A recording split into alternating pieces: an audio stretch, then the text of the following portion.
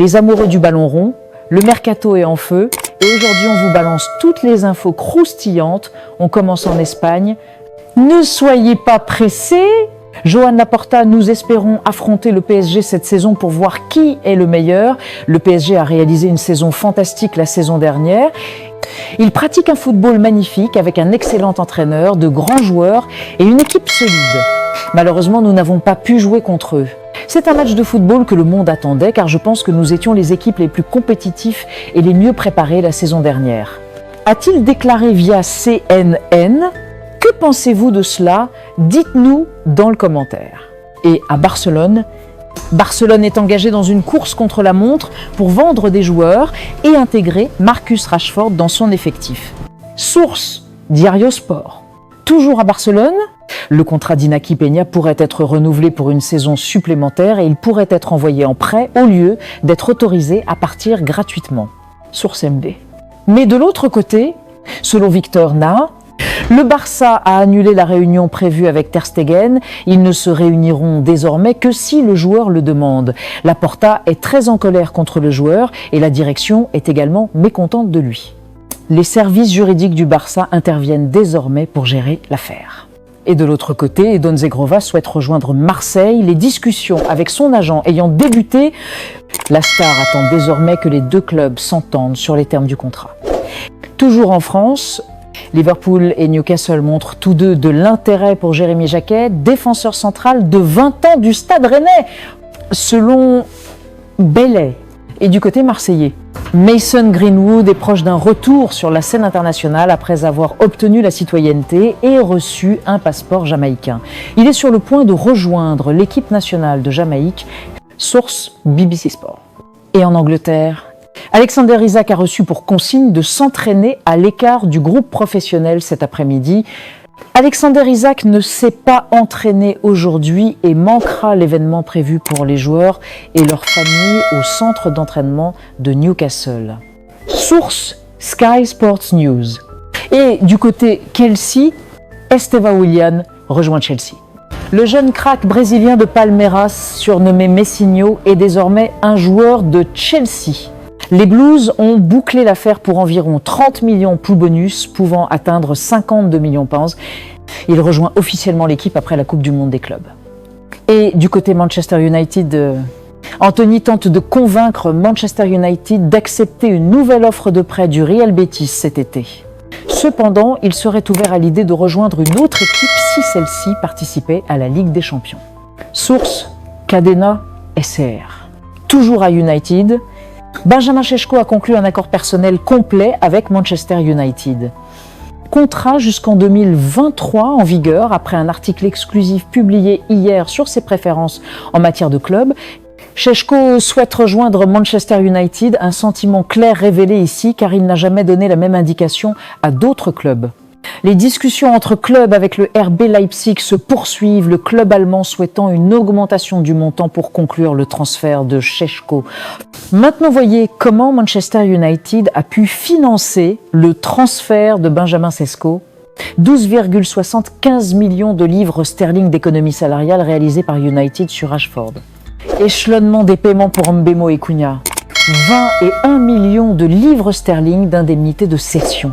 Sancho, sanctionné par Chelsea. Réduction des coûts suite à d'importantes suppressions d'emplois.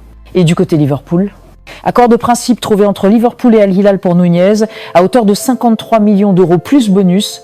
Darwin Nunez a déjà dit oui au projet Al Hilal et attend les derniers détails de son contrat. Et puis, ce parti bientôt, Darwin Nunez s'apprête à déménager à Al Hilal. Le contrat court jusqu'en juin 2028, soit un engagement de 3 ans. Les négociations ont progressé rapidement après l'ouverture de la porte par Darwin la semaine dernière. Les derniers détails sont actuellement en cours de finalisation avant l'annonce officielle. Que pensez-vous de cela ? Dites-nous dans le commentaire. Toujours en Angleterre, c'est officiel, Kiernan Dewsbury Hall rejoint Everton en provenance de Chelsea.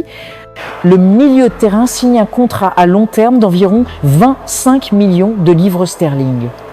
Et du côté madrilène, selon Marca, Xabi Alonso, ancien maître du milieu de terrain du Real Madrid, est aujourd'hui confronté à un véritable dilemme, donc.